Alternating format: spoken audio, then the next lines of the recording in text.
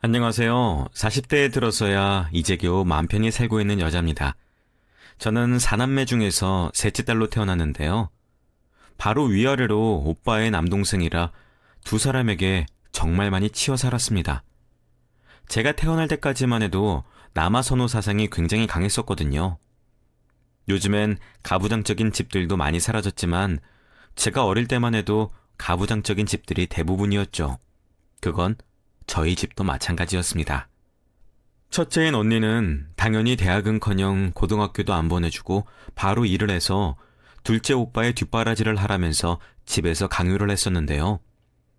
언니도 한성격 하는 바람에 집에서 바라는 대로 고등학교도 안 가고 바로 일은 시작했지만 오빠 뒷바라지가 아니라 그대로 집을 나가버렸습니다.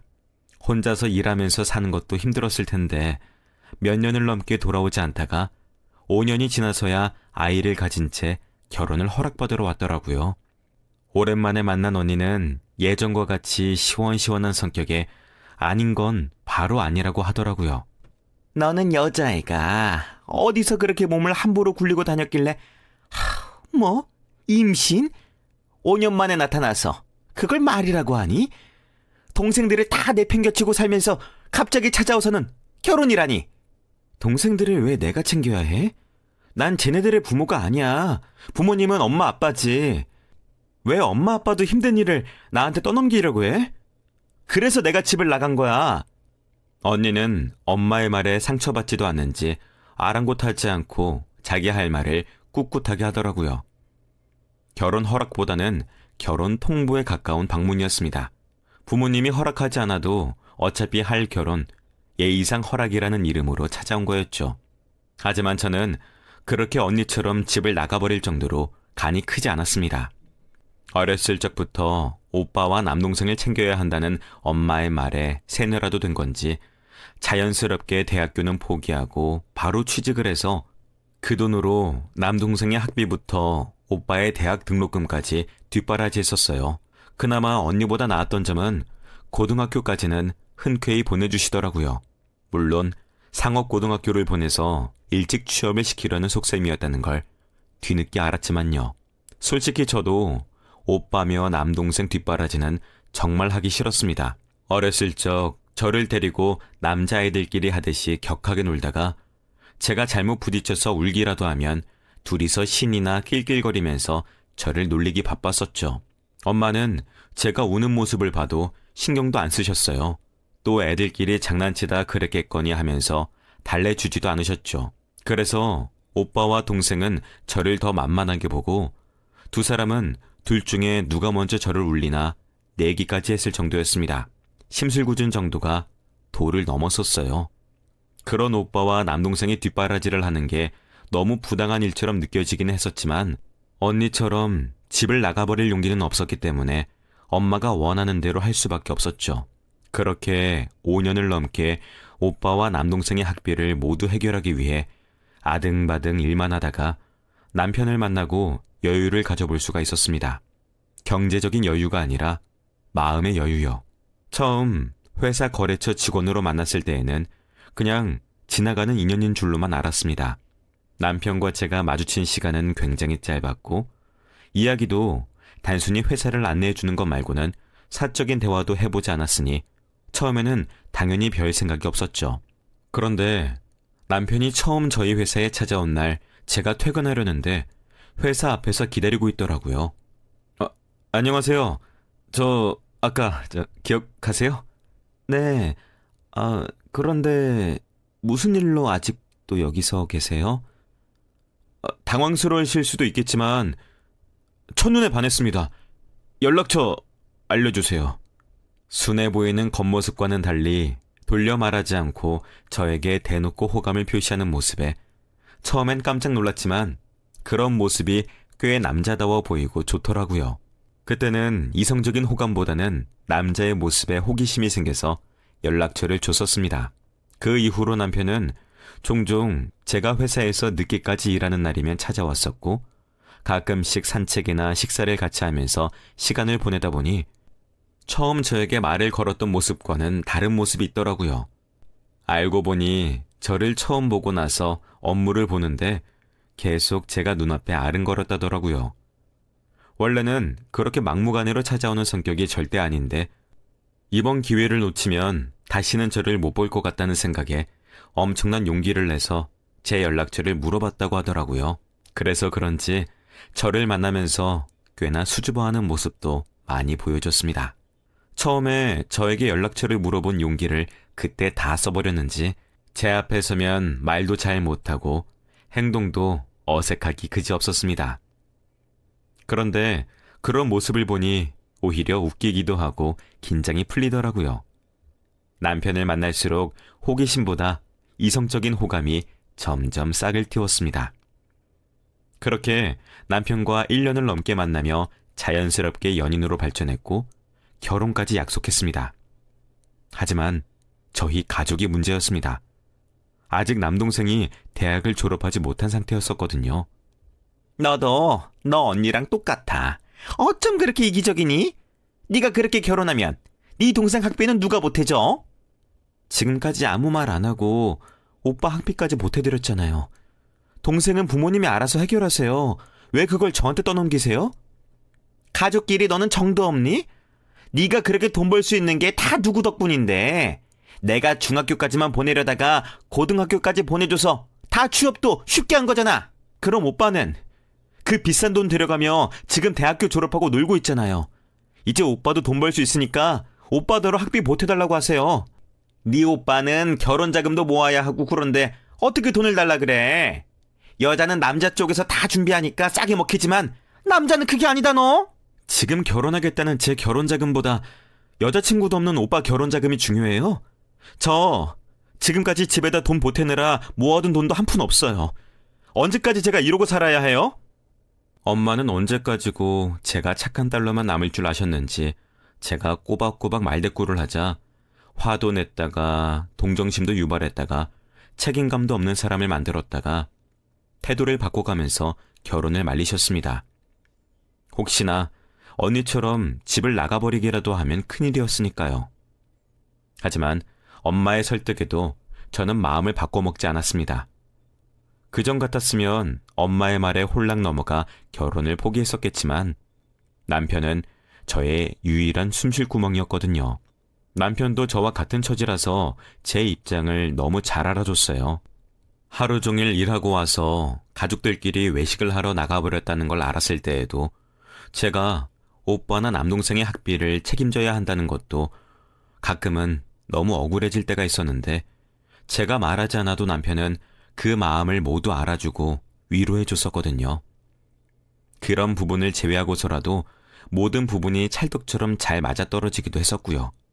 제가 끝까지 결혼을 하겠다고 하자 엄마는 어쩔 수 없이 결혼을 허락하셨습니다.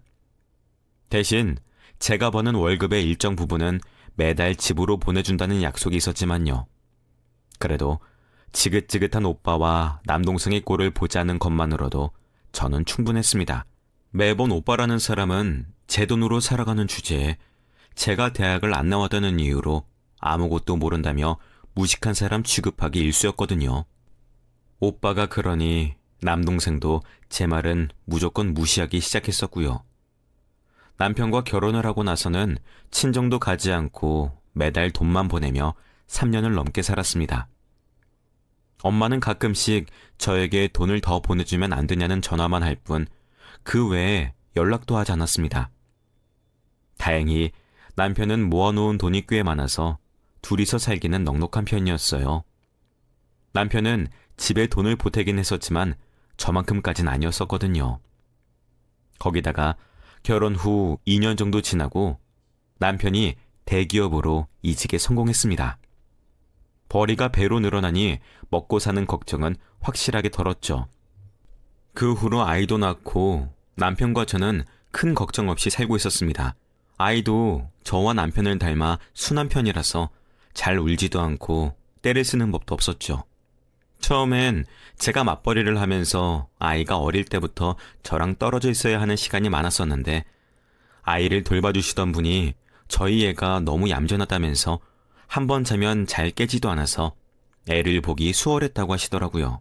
그렇게 저희 애는 초등학교에 들어갈 때까지 사고 한 번 치는 법 없이 무난하게 자랐습니다.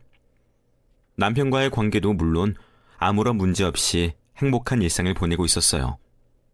그런데 어느 날 갑자기 아버지가 돌아가셨다며 얼른 병원으로 오라는 연락을 받았습니다. 지금 얼른 병원으로 와. 아버지 사고 나셔서 급하게 수술 들어가셨는데 나이가 있으셔서 어떻게 될지 모른다고 한다. 얼른 와. 오빠의 전화에 화들짝 놀라서 집을 뛰쳐나갔습니다. 병원에 도착하니 수술실 앞에는 온 가족이 안절부절 못하며 모여 있었어요. 하지만 아버지는 결국 수술을 받고 다시 의식을 찾지 못하시고 그대로 세상을 떠나셨습니다. 어렸을 적부터 그다지 친밀한 관계는 아니었던지라 크게 슬프거나 그러진 않았지만 공허하기는 하더라고요. 그렇게 저에게 엄하셨던 분이 이렇게 허망하게 가실 거라곤 상상하지도 못했거든요. 아버지는 어렸을 적부터 여자는 어떻게 해야 하고 남자는 어떻게 해야 한다는 생각이 강한 분이셨습니다. 제가 처음 고등학교를 가는 것도 여자가 고등학교를 가봤자 시집가면 다 쓸모없다면서 집에서 살림이나 배우라고 하셨었죠. 하지만 제가 돈을 벌어다 집에 보태는 것도 여자가 할 일이 아니라는 생각이 드셨는지 가끔 엄마 몰래 제가 집에 들인 돈을 그대로 저에게 돌려주실 때도 있었습니다. 남자라면 식구들을 먹여 살려야 하고 여자는 말 그대로 살림만 하면 된다는 마인드셨어요. 그래서 그런지 항상 엄하게 대하셨지만 엄마보다 저는 아빠를 더 좋아했습니다. 엄마는 저를 여자라며 이것저것 안 되는 일들을 나열하면서도 해야 할 일들을 주는 건 산더미였지만 아버지는 그런 구분을 공정하게 하신 편이었습니다. 그런 기억들마저도 결혼을 하고 난 후로 친정과는 연락도 잘 하지 않고 그렇게 지낸 세월이 10년 가까이 되니 희미해져 버렸지만 아버지가 돌아가시고 나서는 저도 한동안은 우울해져서 아무것도 하고 싶지 않더라고요. 그때 저희 사남매 사이에서는 엄마를 누가 모실 거냐는 주제가 핫 이슈였습니다. 혼자 남은 엄마는 은근히 자식들이 챙겨주기를 바라시는 눈치였어요. 이제 나도 몸도 몸이고 혼자서 이렇게 큰 집에서 살 필요도 없어. 살고 싶지도 않고. 나이 들어서 혼자 살아봤자 그게 무슨 재미야? 무슨 그런 말을 해요. 엄마가 살아야지 자식들도 살지. 그래요. 엄마, 저희들이 있는데 왜 엄마가 혼자예요? 너희들도 이제 다 결혼해서 이제 각자 식구들이 있는데 나만 이제 식구가 없으니 혼자지 뭐. 내가 누구랑 살아? 엄마의 말에 저희 남매들은 순식간에 엄마 말의 의도를 알아차렸습니다. 이제 몸도 안 좋고 혼자 살기도 벅차니 너희들 중 누군가가 나를 책임져 라는 말이었죠. 대충 엄마의 의도를 알아차리자 오빠와 남동생은 순식간에 태도를 바꿔먹었습니다. 지금까지 가장 지원을 많이 받은 오빠는 뒤에 와서는 저에게 엄마를 모시기 힘들다며 저에게 하소연을 하더라고요. 둘이 먹고 살기도 바쁘고 올케 언니도 맞벌이라서 엄마를 모셔도 자기들은 신경도 못 쓸 거라면서요. 나 몇 년째 승진도 못하고 있어. 이제 애도 있으니까 얼른 승진도 해서 돈도 모아야 되는데 이제 회사 일에 신경 써야지. 엄마 모셔와도 우리는 신경 써드릴 시간이 없어. 우리는 애는 없지만 이제 결혼한 지 반년이야. 아직 신혼인데 엄마랑 살면 우리 와이프 도망가. 시집살이는 절대 안 시키기로 했었단 말이야. 그래, 응? 아무래도 와이프들한테 시집살이 시키는 것보다는 사위가 장모님이랑 사는 게 그게 제일 편하지 않나? 며느리랑 시어머니 사이랑 장모랑 사위 사이는 또 다르니까. 어이가 없어서 말도 안 나오는 상황에 저는 그저 헛웃음만 치고 있었습니다. 그런데 옆에서 보다 못한 언니가 결국 화를 내면서 자리를 박차고 일어났습니다. 며느리나 사위나 뭐가 달라? 똑같이 남인데? 지금까지 떨어지는 콩고물 받아먹을 땐 언제고 이제 책임지라니까 못하겠어? 누나, 그런 말이 아니잖아. 우리도 나름 생각해서 말한 건데. 생각? 너 지금 그걸 생각을 없이고 하고 있는 거니? 어디서 그런 빌어먹을 생각하는지 그것도 재주야. 넌 동생들 보기 부끄럽지도 않아? 내가 동생들 보는 게 뭐에 부끄러워? 난 떳떳해. 내가 왜 부끄러워야 돼? 엄마 등 뒤에 숨어서 셋째가 벌어다 오는 돈으로 대학 다니고 일 시작하고서는 집에 돈 한 번 안 보태던 거 누가 모를 줄 알았어? 그래놓고 엄마는 알아서 해라. 큰 누나, 그래도 진정하고 형 말도 좀 들어봐. 싫어. 너도 똑같아. 너도 얘랑 똑같아. 남자라며. 남자가 집안의 기둥이니까 그렇게 받는 게 당연하다며. 그래놓고 지금 와서 기둥 노릇은 하기 싫다는 거 아니야? 언니의 말에 오빠와 남동생은 적잖이 당황한 것처럼 보였습니다. 딱 봐도 저를 노리고 한 말인데 언니가 나서서 화를 낼 줄은 몰랐던 거겠죠. 넌 이런 말 들으면 화도 안 나니? 지금까지 네 덕 보면서 살아왔던 애들이 고마운 줄도 모르고 또 너한테 일은 다 떠넘기려고 하는데? 덕은 누구 덕을 보면서 살아? 누나, 말 가려가면서 해. 더 이상 선 넘으면 나도 안 참아? 네가 안 참으면 뭐 어쩔 건데? 너도 나와. 이런 말 들어줄 필요도 없어. 그 잘난 남자들끼리 알아서 해결하라고 해.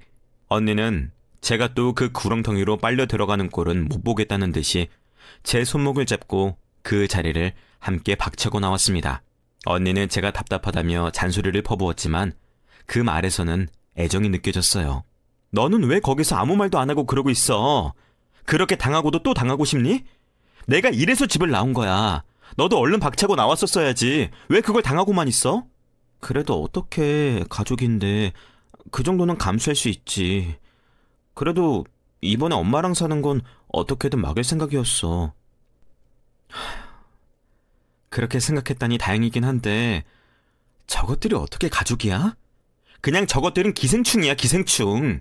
필요할 때만 와서 남한테 기생하는 것들이라고. 언니는 꽤나 화가 났었는지 저와 따로 나와서도 한참을 분을 사귀지 못하고 씩씩거리다가 저에게 절대로 오빠든 남동생의 연락은 받지 말라고 하며 돌아갔습니다. 그런데 그날 이후 일주일이 지난 저녁, 엄마에게서 전화가 왔습니다. 설거지를 하다 급하게 받은 전화라 엄마인지 확인도 못하고 덜컥 받았었죠. 엄마인 걸 알고 있었다면 받지 않았을 겁니다. 일부러 엄마 전화도 한동안 피하고 있었거든요. 넌 왜 이렇게 전화를 안 받아? 이제 일도 안 하는 애가. 집안일 하느라 바빴어요. 그런데 무슨 일이에요? 너는 부모 자식 간에 무슨 일이 있어야만 전화를 하니? 뻔뻔한 엄마의 말에 어이가 없었습니다. 지금까지 돈이 필요한 때를 제외하고서는 전화는커녕 문자 한 통도 보내신 적 없는 분 입에서 그런 말이 잘도 나오더라고요. 그건 그렇고 언제부터 니네 집으로 가면 되니? 짐도 정리하니까 얼마 안 나오더라. 그게 무슨 말씀이세요? 저희 집은 왜요? 무슨 말이긴? 니네 집에서 지내라고 네가 먼저 말했다며. 네 오빠랑 동생이 말해줬어. 제가요? 저는 그런 말 한 적도 없어요. 저한테는 확인도 안 하고 그걸 덜컥 믿으셨다고요? 딸이 엄마 모신다는데 그게 의심할 일이야? 보통 엄마랑 딸 사이면 의심할 필요가 없겠죠. 그런데 저희가 그렇게 살가운 모녀지간은 아니잖아요? 지금까지 돈 보내드리고 했으면 자식으로서 할 도리는 다 했다고 생각해요. 뭐라고? 너 그게 무슨 말이야? 그래서 지금 나를 길바닥에 나앉히겠다는 말이야? 엄마가 왜 길바닥에 나앉아요? 집 있으시잖아요. 그 집에서 사세요. 집은 일찌감치 내놓고 계약도 다 했어. 돈은 니네 오빠 유산으로 미리 주기로 했고. 네? 지금 뭐라고 하셨어요? 재산이라곤 딸랑 그 집 하나면서 그걸 오빠를 준다고요? 그러면서 지금 저한테 와서 책임져 달라고 하는 거예요? 오빠한테 책임지라고 하세요. 책임은 무슨? 내가 니네 집 가면 집안일도 도와줄 거고 살림도 가르쳐 줄 텐데. 퍽이나 그러시겠네요. 그럼 오빠네가 맞벌이니까 집안일은 그 집 도와주시면 되겠네요. 저희 집은 그런 거 필요 없어요. 다시는 연락하지 마세요. 또 연락하시면 번호 바꿔버릴 거니까. 엄마의 말에 저는 돌려 거절하려던 말들을 여과 없이 그대로 쏟아낼 수밖에 없었습니다. 정말 재주는 곰이 부리고 돈을 사람이 버는 것과 뭐가 다른지 알 수가 없었죠. 그 이후로 오빠에게 전화도 왔었지만 저도 홧김에 받아서 욕짓거리를 내뱉으며 지금까지 제일 많이 받아먹은 당신이 알아서 해결하라며 전화를 끊어버렸습니다. 그렇게 세게 나가니 오빠도 더 이상 억지를 부리지 못하더라고요. 결국 엄마는 오빠가 모시고 살면서 저희들이 돈을 조금씩 보태주기로 했습니다. 겨우 그렇게 한 고비를 넘기자마자 이번에는 시댁에서 일이 터졌어요. 남편은 삼형제 중에 막내였었는데 둘째 아주버님은 이미 집을 나가서 연을 끊은 지 오래고 첫째 아주버님은 제대로 된 일도 안 하시면서 여기저기 술을 드시고 사고를 빵빵 터뜨리셨습니다. 시댁에서는 그럴 때마다 남편에게 도와달라며 수습 비용을 부탁해왔고 남편도 마음이 약한지라 매번 조금씩 합의금이며 이런저런 돈들을 보내줬었어요.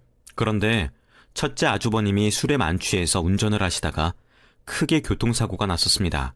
심지어 터널 안에서 난 거라 사고 난 차 뒤로 줄줄이 거기에 박아버려서 몇 대의 차가 얽혀 있더라고요. 그 사고로 상대 운전자는 머리를 크게 다쳐서 몇 번이나 수술을 했지만 의식도 찾지 못하고 있었습니다. 상대 운전자의 가족들은 당연히 화가 나서 합의금이고 나발이고 다 필요 없으니 무조건 아주버님은 잡아넣겠다고 난리도 아니었죠.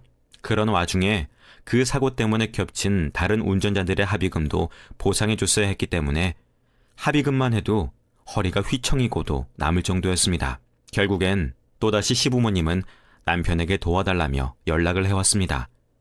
너무 큰 금액이라 남편도 힘들 것 같다고 말했지만 시부모님은 쉽게 포기하지 않으셨습니다. 동생인 너라도 도와줘야지. 가족끼리 모르는 척하면 마음이 편하니? 어머니, 그래도 그렇게 큰 돈은 저도 없어요. 그리고 형도 지금 이러는 게 몇 번째예요. 저번에 그렇게 사고 내서는 또 이러면은 다음에는 안 그럴 보장이 있어요? 이번에는 정말 반성하고 있다. 다음에는 다시는 안 그러겠다는데 이번에만 도와줘. 너 회사 다니면서 돈도 잘 벌잖니. 저희 아이도 있어요. 와이프도 이제 일 그만두고 집안일만 하면서 산 지도 3년이에요. 저 혼자 벌어서 저희 식구들 먹여 살리는 것도 빠듯할 지경이라고요. 너네 형이 끌려 들어가는 꼴을 꼭 봐야 되겠니? 그쪽만 니네 식구야. 우리도 너네 식구야. 그런데 무슨 말을 그렇게 매정하게 하니? 시어머니는 끝까지 남편을 물고 늘어지시면서 포기하지 않으셨어요. 남편도 괜히 불편한 마음에 어머님의 연락을 피하기 시작하자 직접 집까지 찾아오셔서 아예 눌러 앉아버리셨습니다. 아이도 할머니와는 그다지 살가운 사이가 아니니 불편한 게 느껴졌어요. 너라도 네 남편을 설득해봐야지. 이렇게 손 놓고 있어서 되겠어? 따로 모아둔 돈은 없니? 그런 거 있을 거 아니야. 조금이라도 있으면 빌려다오. 응? 저희도 애가 이제 학교에 들어가서 돈 들어갈 일이 산더미예요. 저도 일 그만둔 지 한참인데 어디서 그런 큰 돈이 나오겠어요. 제가 돈이 없다는 말에도 시어머니는 끝까지 조금이라도 있으면 보태달라고 하시더라고요. 거기다가 갈수록 아주버님과 형님마저도 합세해서 저희를 쪼아댔습니다. 재수, 우리 입장도 생각해줘야지. 나 잡혀 들어가는 걸 보고 싶어서 이래? 저희가 진짜 돈이 없어서 그런 거예요. 죄송해요. 그런데 어머님은 언제 안방을 들어가셨는지 안방 화장대에서 저희가 아이 대학 등록금을 하려고 모아두고 있는 통장을 발견하시고는 한달음에 뛰어나오셨습니다. 이건 뭐니? 모아둔 돈이 없다면서 이 통장은 뭐야? 한두 푼도 아니고 너네 이러면서 돈이 없다고 한 거니? 여우같이 니네들만 잘 먹고 잘 살면 돼? 화들짝 놀란 저는 그 돈은 저희 아들 몫이라며 통장을 뺏으려고 했었지만 어찌나 힘이 세신지 절대로 통장을 안 놓치시더라고요. 결국엔 시어머니와 아주머님은 기어코 통장에 있는 금액을 낱낱이 확인했습니다. 재수, 1억이야? 어떻게 이렇게 시치미를 딱 댈 수가 있어? 그런 게 아니라 이건 저희의 대학 등록금으로 쓰려고 모아둔 돈이에요. 그렇게 큰 금액도 아니고 이건 아들 몫이라서 양보 못 해드려요. 시어머니는 저를 째려보시면서 그렇게 큰 돈이 아니니 줄 수도 있는 것 아니냐며 화를 내셨습니다.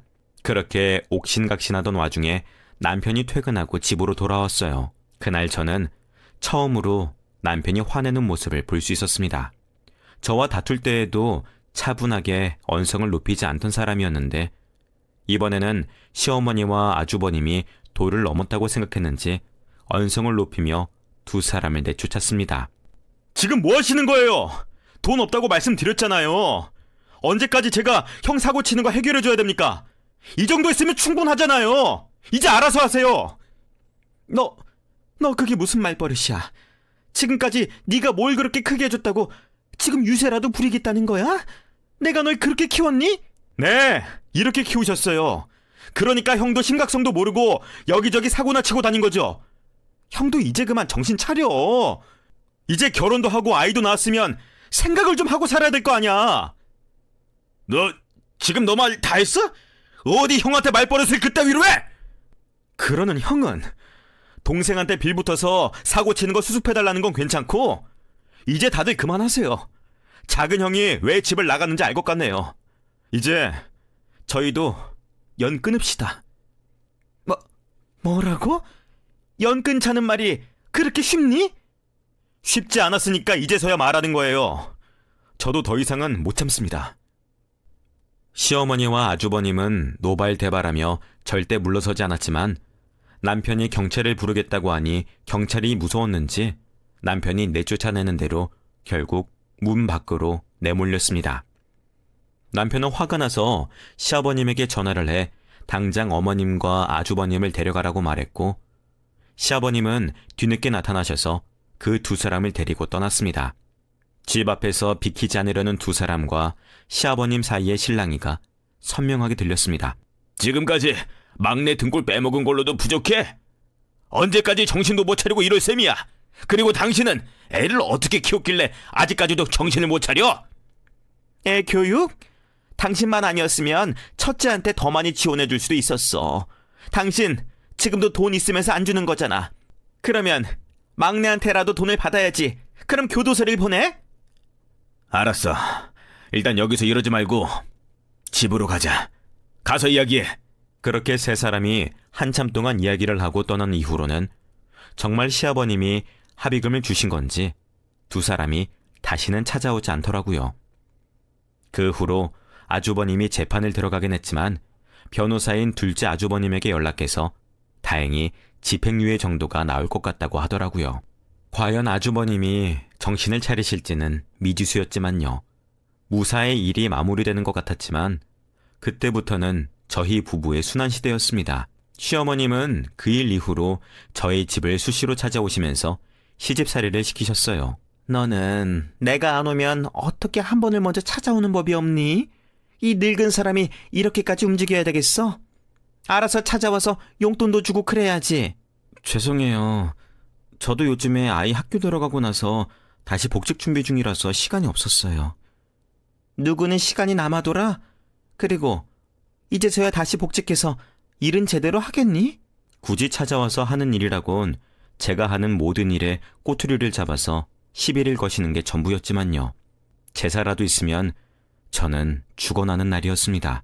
형님도 아주버님께 돈을 드리지 않았다는 이야기를 들으셨는지 저를 안 입고 온 눈으로 보고 계셨었죠. 통서! 그런 식으로 준비해서 어느 세월에 다 준비해? 일하기 싫다고 티내는 거야? 아니요, 그런 게 아니라요. 방금 저희의 담임 선생님이 전화가 와서 동서가 그렇게 전화 받고 오는 동안 나 혼자 다 했어. 이제 동서가 마무리해. 고작 10분 동안 자리를 비웠다고 형님은 산더미같이 남은 일들을 저에게 떠넘겨버렸습니다. 그런 모습을 보고서도 시어머니는 오히려 마음에 든다는 듯이 두 사람은 하하호호 웃으면서 저 보란 듯이 과일을 깎아 먹으며 TV나 보면서 빈둥거렸습니다. 그런데 시아버님의 눈에는 그 두 사람이 하는 행동들이 거슬렸는지 바로 불호령이 떨어졌죠. 지금 뭐 하는 거야? 막내만 일 시켜놓고 뭐가 그렇게 팔자 좋게 늘어져 있어? 그러자 형님은 화들짝 놀라서는 용수철처럼 일어나더니 어색한 웃음을 지었습니다. 하지만 시어머니는 될 대로 되라는 듯이 누워서는 시아버님과 신경전을 벌였었습니다. 아니, 막내가 자꾸 일은 안 하고 빠져나가려고 하길래 조금 남은 일은 막내 보고 하라고 한 건데 당신은 잘 모르면서 무슨 참견을 해요? 조금? 저기 재료 손질도 덜 해놓고 대체 뭐가 조금 남았다는 거야? 저 정도는 금방 해야죠. 나는 혼자서도 다 했던 일인데. 아버님은 어머님과는 더 이상 말이 통하지 않는다는 듯 고개를 절레절레 흔드시다가 대놓고 저를 데리고 안방으로 데리고 들어가셨습니다. 아버님은 어리둥절해서 안절부절 못하고 있는 저에게 갑자기 서류와 통장을 내미셨어요. 우리 집안 사람들이 못나서 자꾸만 고생만 시키는구나. 미안하다. 이건 막내 친엄마가 막내한테 남긴 유산이랑 그동안 내가 모아둔 돈이야. 받아둬라. 뜬금없이 친엄마라고 말씀하시는 부분에서 벙쪄 있었는데 아버님의 말은 꽤나 충격적이었습니다. 그냥 여느 집처럼 막내니까 지원을 못 받았던 걸로만 알았지 그런 비밀이 숨겨져 있을 거라고는 상상치도 못했었거든요. 남편에게도 성인이 되어서야 친모가 따로 있다는 사실을 말해줬다고 하시더라고요. 내가 막내를 볼 면목이 없어서 그런다. 사실 막내는 내가 밖에서 낳아온 아이거든. 그래서 어렸을 때부터 구박만 받고 나도 그걸 모르는 척했다. 그래도 직접 전해주시는 게 더 좋지 않을까요? 아버님은 그동안 저희 남편에게 미안한 감정이 꽤나 많이 쌓이셨는지 제 눈도 못 마주치셨습니다. 그동안 모르는 척해놓고 이제 와서 이런 걸 챙겨주는 것도 우습지 않니? 차라리 미워할 사람이라도 있어야지 마음이 편하지. 이런 거 받으면 마음 편히 미워하지도 못해. 그리고 이 돈을 줬다는 사실은 꼭 비밀로 하라면서 신신당부하셨습니다. 마음이 불편했지만 일단은 문서를 받아두기로 했습니다. 그러고 나서 안방에서 나오자마자 아버님은 제사 음식은 그냥 시장에서 사오라며 말씀을 그렇게 하시더라고요. 아버님은 나름 저를 배려해 주시려고 그렇게 말씀하신 거였죠. 그렇게 제사를 겨우 마치고 집에 돌아오는 길에 저는 바로 아버님과의 약속을 어겼습니다. 아무래도 정말 미안한 마음을 가지고 있으신 것 같은데 그저 미움받는 쪽을 택하시니 제가 나서서 두 사람과의 관계를 회복시켜주고 싶었어요. 친모가 돌아가셨다고 하니 정말로 남편에게 핏줄은 아버님밖에 없으니까요. 여보, 오늘 나 아버님한테 다 들었어요. 당신이 집에서 그동안 그렇게 구박받았던 이유도요. 그걸 누가 얘기해줬는데? 어머니가 또 당신 괴롭히면서 그런 말까지 한 거야? 아니요. 아버님이 집문서랑 통장을 주시면서 말씀해 주시더라고요. 당신 친어머니가 당신한테 남긴 유산이랑 그동안 모아놓은 돈이라면서 주셨어요. 남편은 친어머니라는 말에 꽤나 크게 반응했습니다. 친어머니에 대한 기억은 그다지 좋지 않더라고요. 알고 보니 시아버님이 잠깐 바람 피웠던 여자가 처음에는 남편을 자기가 키울 테니 매달 양육비를 돈을 달라고 했었는데 갈수록 돈만 더 달라고 하고 남편이 어떻게 자라는지는 오리무중이니 시아버님이 말없이 찾아왔다가 집에 혼자 꼬질꼬질하게 있는 남편을 보고서는 바로 집으로 데려왔다고 하는 겁니다. 남편은 아주 어렸을 때라 기억이 선명하진 않아도 어렴풋이 기억은 한다면서요. 그런데 남편이 성인이 된 후로 시어머니가 대놓고 밖에서 나온 자식이니 여기까지만 해주겠다는 말을 듣고 정확한 사실을 알게 된 거였죠. 그 이후로 남편은 구박을 받아도 차마 화내지도 못하고 그냥 다 참아낼 수밖에 없었다고 해요. 남의 자식을 그래도 쫓아내지 않고 길러줬으니 그것만으로도 감사한 일이라면서요. 시아버님에 대한 감정도 마찬가지기는 했었습니다. 처음 그 사실을 알았을 때는 자기를 감싸주지도 않았던 아버님이 밉기도 했었지만 지금은 다 이해한다고 하더라고요. 남편이 아버님에 대한 감정이 나쁘지 않은 것 같아서 다행이었습니다. 그 후로 얼마 지나지 않아 남편과 아버님은 따로 깊은 대화를 통해 사이도 좋게 풀렸고요. 거기다가 유산으로 물려받은 집이 재개발에 들어간다고 확정이 났더라고요. 저희는 거의 복권에 당첨된 수준이었죠. 순식간에 원래 값보다도 몇 배가 뛰어올랐습니다. 앞으로는 돈 걱정은 하지 않겠구나 싶어서 집도 더 큰 곳으로 이사하고 결혼하고 처음으로 돈에 쪼들리지 않은 생활을 하기 시작했습니다. 그런데 어디서 소식을 주워 들은 건지 이사한 집으로 친정엄마가 찾아왔습니다. 너는 이렇게 좋은 집에 살면서 어떻게 엄마를 한 번을 초대를 안 해? 여기는 어떻게 찾아오셨어요? 그게 중요하니? 오랜만에 엄마를 봐놓고 반가워하지도 않고 이러니 예뻐할 수가 없지. 아유. 안 예쁜 자식은 왜 보러 오셨어요? 그렇게 예뻐하시는 오빠네 집에만 있으시지? 나 그 집 안 살아. 그 못된 놈의 자식이 같이 산 지 한 달도 안 지나서 나를 요양원에 보내버리지 뭐냐? 거기서는 갑갑해서 살 수가 있어야지. 알고 보니 오빠는 올케 언니가 불편해한다는 이유로 엄마를 요양원에 보내버렸고 언니가 그 사실을 알고 그래도 짠한 마음에 가끔씩 찾아가다가 제 이야기를 했나 보더라고요. 오빠와 남동생과는 연락을 끊어버렸지만 언니와는 종종 연락을 했거든요. 언니는 제가 별로 좋아하지 않을 걸 아니까 굳이 엄마의 이야기를 전하지 않았던 것 같아요. 제 이야기를 들은 엄마는 끈질기게 언니를 추궁했고 언니는 제 주소를 알려줬던 겁니다. 엄마가 그렇게 찾아와서는 제가 이쁘지 않은 자식이라는 둥 그런 이야기를 늘어놓았죠. 그리고 뒤이어서 본론은 자기를 책임져 달라는 말이었습니다. 이렇게 돈이 많으면서 나 하나 정도는 책임져 줄 수 있지 않니? 네 오빠는 먹고 사는 것도 힘드니까 어쩔 수 없었던 거고. 엄마는 오빠를 방금 전까지 욕한 건 까먹었는지 또 오빠 편을 들더라고요. 무슨 소리를 하시는 거예요? 지금까지 엄마 모시는 비용으로 오빠한테 매달 돈도 보냈어요. 재산도 다 오빠한테 미리 주셨잖아요. 그럼 오빠한테 가서 책임져 달라고 하셔야죠. 너는 애가 왜 이렇게 정이 없니? 너 이제 돈 많잖아. 요양원은 갑갑해서 싫어. 혼자라도 괜찮으니까 그냥 작은 집 전세라도 얻어줘. 제가 지금 돈 많은 거에 어디 한 푼이라도 보태주신 거 있어요? 전세는 누구 집 개 이름도 아니고 뭐가 그렇게 쉬워요. 오빠한테 가서 해달라고 하세요. 받아먹는 사람 따로 돈 내는 사람 따로인 게 당연하다는 듯 구는 게 참을 수 없을 정도로 화가 났습니다. 엄마를 요양원으로 다시 돌려보낸 후 오빠에게 전화를 걸어 한바탕 했습니다.